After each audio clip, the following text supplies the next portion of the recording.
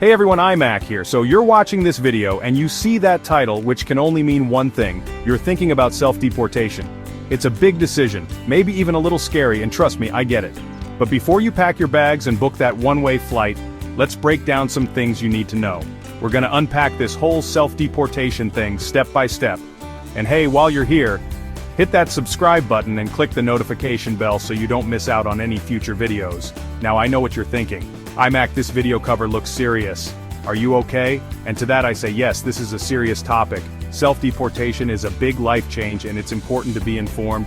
We'll dive deep into the practical stuff, the emotional stuff, and everything in between, because at the end of the day, I want you to make the best decision for you. This isn't about judging anyone's choices. It's about giving you the information you need to make a choice that feels right for you, whatever that may be. So, grab your thinking caps, maybe a cup of tea or whatever your beverage of choice is, and let's jump right in. First things first, let's talk about your people. You know, your friends, your family, your coworkers who always steal your pens but you secretly like anyway. Those people.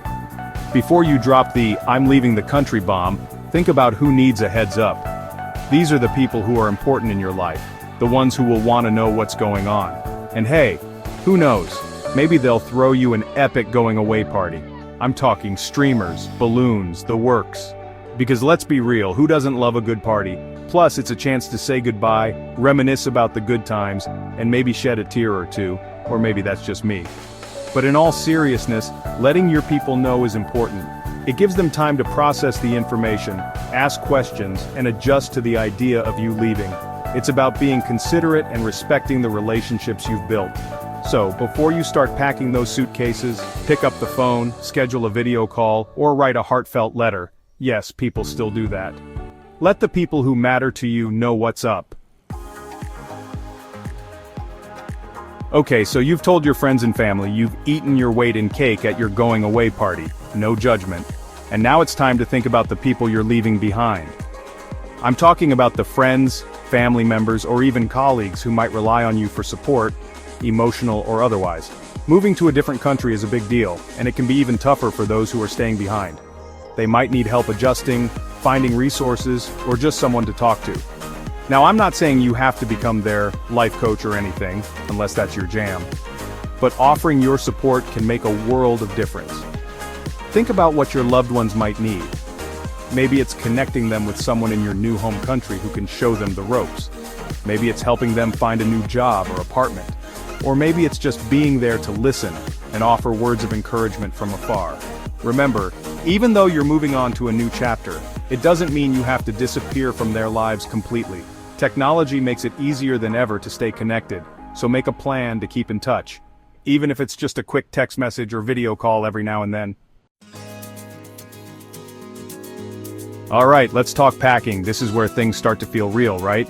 But before you start throwing everything you own into a suitcase, let's get strategic. Because trust me, you don't want to end up paying for overweight baggage fees. Been there, done that, learned my lesson the hard way. First things first, the essentials. We're talking clothes, shoes, toiletries, the basics you need to survive. Think about the climate in your home country and pack accordingly. And don't forget important documents like your passport, visa, and any other official paperwork you might need. Now here's the fun part, packing some sentimental items. These are the things that bring you joy, remind you of home, or your current home away from home, and make you feel grounded. Maybe it's a framed photo of your loved ones, a quirky souvenir from a memorable trip, or that one book you've read a million times but can't bear to part with. Packing these little pieces of your life can make a big difference when you're settling into a new place. They're like a hug in a suitcase, a reminder of where you come from and the people who love you. Just remember, pack smart. Choose items that are meaningful and compact, because let's be real, nobody wants to lug around a giant, dusty grandfather clock on an airplane. Unless that's your thing, then by all means, go for it. Okay, we've covered the emotional stuff, the practical stuff, and the sentimental stuff. Now it's time to get down to the nitty-gritty. Where are you going to live when you get back to your home country?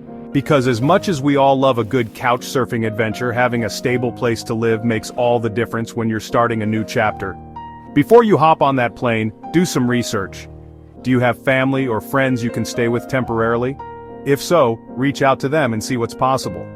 But remember, communication is key. Be clear about your expectations, how long you plan on staying, and any boundaries you might have. If crashing with loved ones isn't an option, don't worry, there are plenty of other possibilities. Look into renting an apartment, finding a roommate, or even exploring temporary housing options like hostels or guest houses. Websites and apps like Airbnb, Craigslist, and local real estate agencies can be your best friends during this process. The important thing is to have a plan. Knowing where you're going to lay your head at night can take a huge weight off your shoulders and make the transition feel much smoother. It also gives you a sense of security and stability during a time that can feel pretty uncertain.